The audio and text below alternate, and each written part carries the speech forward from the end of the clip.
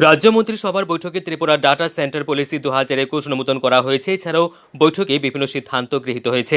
সন্ধ্যায় মহাকরণে এক সাংবাদিক সম্মেলনে তথ্য সংস্কৃতি মন্ত্রী সুশান্ত চৌধুরী মন্ত্রিসভায় গৃহীত সিদ্ধান্তসমূহ ব্যাখ্যা করেন। তিনি বলেন, রাজ্যের বেকারদের কর্মসংস্থানের লক্ষ্যে এই নীতি অনুমোদন করেছে রাজ্য সরকার। এর ফলে বহিরাজ্যের বিভিন্ন প্রতিষ্ঠিত তথ্য প্রযুক্তি সংস্থাগুলি রাজ্যে বিনিয়োগের ক্ষেত্রে আকৃষ্ট হবে।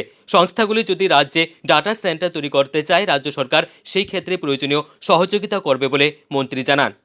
রাজ্য মন্ত্রিসভায় শিক্ষা দপ্তরের অধীনে যে সমস্ত বিদ্যালয় অব্যবহৃত অবস্থায় রয়েছে, সেই সমস্ত বিদ্যালয়সমূহগুলিতে দেশের নামি দামি প্রতিষ্ঠিত শিক্ষা প্রতিষ্ঠানকে বিনিয়োগের জন্য এক্সপ্রেশন অব ইন্টারেস্ট আহ্বান করার সিদ্ধান্ত গৃহীত হয়। এর ফলে রাজ্যে গুণগত শিক্ষা বৃদ্ধি পাবে। তিনি জানান, বছরে দুবার সংশ্লিষ্ট দপ্তর থেকে কোন কোন বিদ্যালয় অব্যবহৃত অবস্থায় রয়েছে তা চিহ্নিত করা হবে। পাশাপাশি দপ্তরে প্রদত্ত নিয়মাবলীর যোগ্যতা অনুযায়ী বিভিন্ন প্রতিষ্ঠিত শিক্ষা প্রতিষ্ঠান এই অব্যবহৃত বিদ্যালয়গুলি ব্যবহার করার সুযোগ পাবে।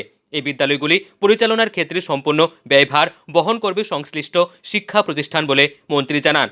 রাজ্য মন্ত্রিসভার বৈঠকে মিশন 100 অন্তর্গত বিদ্যা জ্যোতি স্কুল প্রকল্প চালু করার সিদ্ধান্ত নেওয়া হয়েছে। এই প্রকল্পে রাজ্যের 8টি জেলা থেকে হাই এবং হায়ার সেকেন্ডারি লেভেলের 100টি বিদ্যালয়কে চিহ্নিত করা হবে। এই বিদ্যালয়গুলিকে সমস্ত রকম সুযোগ সুবিধা প্রদান করে সেন্টার অব এক্সিলেন্সের আওতায় আনা হবে। এর ফলে রাজ্যে শিক্ষার গুণগত মান বৃদ্ধির পাশাপাশি ছাত্রছাত্রীরা উপকৃত হবেন বলে তথ্য সংস্কৃতি মন্ত্রী জানান। 100টা স্কুলকে, সমস্ত স্কুলগুলোর মধ্যে থেকে 100টা স্কুলকে প্রতিটি জেলায়, আমাদের 8টা জেলা, প্রতিটা জেলায় টোটাল 8টা জেলা থেকে 100টা স্কুলকে হাই এবং হায়ার সেকেন্ডারি লেভেলে বিদ্যাজ্যোতি স্কুলস মিশন 100 এই একটা scheme to ensure all-round development of the child under education school, Vidyajyoti schools inverted কমার ভেতর Vidyajyoti schools under mission 100। Mission 100 এর অন্তর্গত বিদ্যাজ্যোতি স্কুল মানে প্রতিটি জেলায় যে বেস্ট স্কুলগুলো রয়েছে সেই স্কুলগুলোকে প্রাথমিক ধাপে আইডেন্টিফাই করা হয়েছে এবং এই স্কুলগুলোকে সমস্ত ধরনের ফ্যাসিলিটি প্রদান করে, এর মধ্যে কিছু কিছু স্কুল রয়েছে অলরেডি সিবিএসসি অ্যাফিলিয়েশন দিয়ে দিয়েছে, আবার কিছু কিছু স্কুল রয়েছে ইয়েট টু বি ডিক্লেয়ার্ড, সিবিএসসির অ্যাফিলিয়েশন এখনো পায়নি, তারা পাবে হয়তো আগামী দিনে। এমন 100 স্কুলকে আইডেন্টিফাই করা হচ্ছে। মন্ত্রিসভার সিদ্ধান্তক্রমে রাজ্য শিক্ষা দপ্তরের অধীন এসসিআরটি নিয়োগ নীতি পরিবর্তন করে এসসিআরটিতে পূর্ণ সময়ের জন্য ডিরেক্টর পদে নিযুক্ত দেওয়ার সিদ্ধান্ত গৃহীত হয়। তাছাড়া এই দিনের মন্ত্রিসভায় সমবায় দপ্তরের অধীনে একটি জয়েন্ট রেজিস্ট্রার অব কোঅপারেটিভ সোসাইটির পদ সৃষ্টি করার সিদ্ধান্ত গৃহীত হয়। পাশাপাশি ডক্টর রামেশ্বর দাস, যিনি বর্তমানে Tripura forest development and plantation corporation লিমিটেডের ম্যানেজার ডিরেক্টর পদে রয়েছেন, তার চাকরির মেয়াদ 1 বছর বৃদ্ধি করার সিদ্ধান্ত নেওয়া হয়েছে। তাছাড়াও স্বরাষ্ট্র দপ্তরের অধীন বিনয় পান্ডে সাব জেলার তার চাকরির মেয়াদ 6 মাস বাড়ানো হয়েছে। তিনি জানান, স্বরাষ্ট্র দপ্তরের অধীন স্টেট ফরেন্সিক সায়েন্স ল্যাবরেটরিতে সিনিয়র সায়েন্টিফিক অফিসার এবং লাই ডিটেকশন ডিভিশন গ্রুপে গেজেটেড 2টি পদ যেগুলি অবলুপ্ত হয়ে গিয়েছিল, মন্ত্রিসভার সিদ্ধান্তক্রমে এই পদ দুটি পুনরায় সৃষ্টি করা হয়েছে। Recreation of labs post, 2 post senior scientific officers Physics and Ballistic and Lie Detection Division, Group A, gazetted for the State Forensic Science Laboratory, Tripura under Home Department. স্বরাষ্ট্র দপ্তরের অধীন যেটা ল্যাবস হয়ে গেছিল 2 পোস্ট সিনিয়র সায়েন্টিফিক অফিসারের ballistic and lie detection ডিভিশনে group A gazetted, সেই পোস্টগুলোকে আবার তৈরি করা হয়েছে যাতে করে এখানে 2 জনকে নিয়োগ করা যেতে পারে আগামী দিনে। আমাদের সিদ্ধান্তক্রমে কোঅপারেশন ডিপার্টমেন্টে একটা পোস্ট জয়েন্ট রেজিস্ট্রার তৈরি করা হয়েছে এবং আগামী দিনে সেটা ফুলফিল করা হবে, যে ভ্যাকেন্সিটা তৈরি করা হয়েছে সেটাকে শূন্যপদটা পূরণ করা হবে। কোঅপারেটিভ ডিপার্টমেন্টে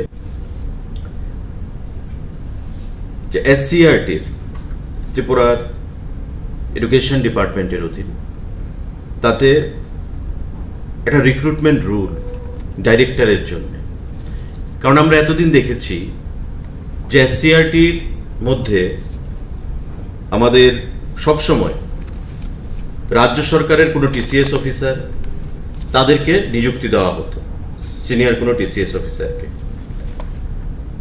কিন্তু যেহেতু এটা একটা গুরুত্বপূর্ণ পোস্ট এবং state council of educational research and training government of ত্রিপুরার আন্ডারে, তাতে এসসিআরটির রিক্রুটমেন্ট রুলস তৈরি হবে নতুন ডাইরেক্টরের জন্য, এবং এতে করে আমাদের যে state council of educational research and training যে সংস্থা, তার গুণমান অনেক বৃদ্ধি পাবে।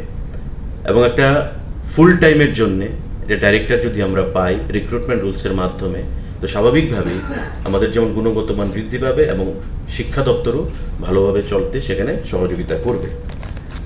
শিক্ষা দপ্তরের অধীন এই সিদ্ধান্তটা আমাদের আজকের ক্যাবিনেট মিটিংয়ে সেখানে সিদ্ধান্ত হয়েছে। বন্ধুরা, আজকে আমাদের শিক্ষা দপ্তরের আরেকটা গুরুত্বপূর্ণ সিদ্ধান্ত যেটা আমরা গ্রহণ করতে পেরেছি, সেটা হচ্ছে রাজ্য মন্ত্রিসভায় গৃহীত অন্যতম সিদ্ধান্তের মধ্যে রয়েছে জনশক্তি ও কর্ম বিনিয়োগ দপ্তরের অধীন জয়েন্ট রিক্রুটমেন্ট বোর্ড অব ত্রিপুরার কার্যকালের মেয়াদ 1 বছর বৃদ্ধি করা হয়েছে। তথ্যমন্ত্রী শ্রী চৌধুরী জানান, আগামী নভেম্বর মাসে জেআরবিটির কার্যকালের মেয়াদ শেষ হচ্ছে। যেহেতু জেআরবিটি গ্রুপ সি এবং গ্রুপ ডি স্তরে নিয়োগের জন্য পরীক্ষা পর্ব সম্পন্ন করেছে এবং অন্যদিকে পুর নির্বাচনের কারণে এই পরীক্ষায় বাছাই প্রক্রিয়া বিঘ্নিত হতে পারে, তার জন্য আগামী 1 বছর পর্যন্ত জেআরবিটির কার্যকাল বাড়ানো হয়েছে।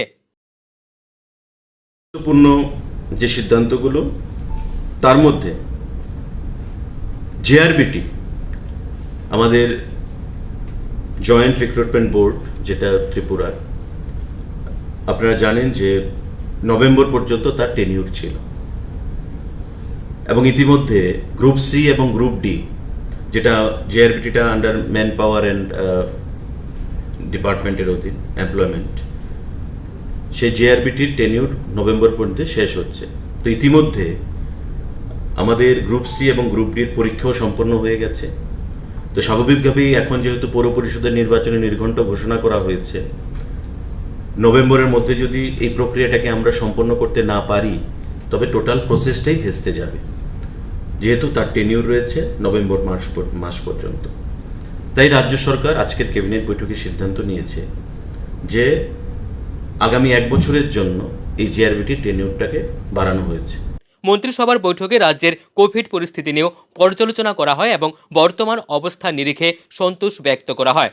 তথ্যমন্ত্রী শ্রী চৌধুরী সাংবাদিকদের জানান, রাজ্যে বর্তমানে অ্যাক্টিভ কোভিড রোগীর সংখ্যা 110। এর মধ্যে আগরতলা সরকারি মেডিকেল কলেজে চিকিৎসাধীন 4 জন এবং হোম আইসোলেশনে রয়েছে 106 জন। রাজ্যে মোট কোভিড টিকাকরণ এখনও পর্যন্ত হয়েছে 40,51,030 জনের। এর মধ্যে প্রথম ডোজ 25,04,327 জনকে এবং দ্বিতীয় ডোজ দেওয়া হয়েছে 15,46,703 জনকে। প্রধানমন্ত্রী নরেন্দ্র মোদীজির দূরদর্শিতা এবং মুখ্যমন্ত্রী বিপ্লব কুমার দেবের অক্লান্ত পরিশ্রমের ফলে রাজ্যে কোভিড পরিস্থিতির মোকাবিলা এবং টিকাকরণ পর্ব সম্পন্ন হচ্ছে বলে তথ্য সংস্কৃতি মন্ত্রী শ্রী চৌধুরী অভিমত ব্যক্ত করেন। Bureau report, হাল্লাবোর্ড।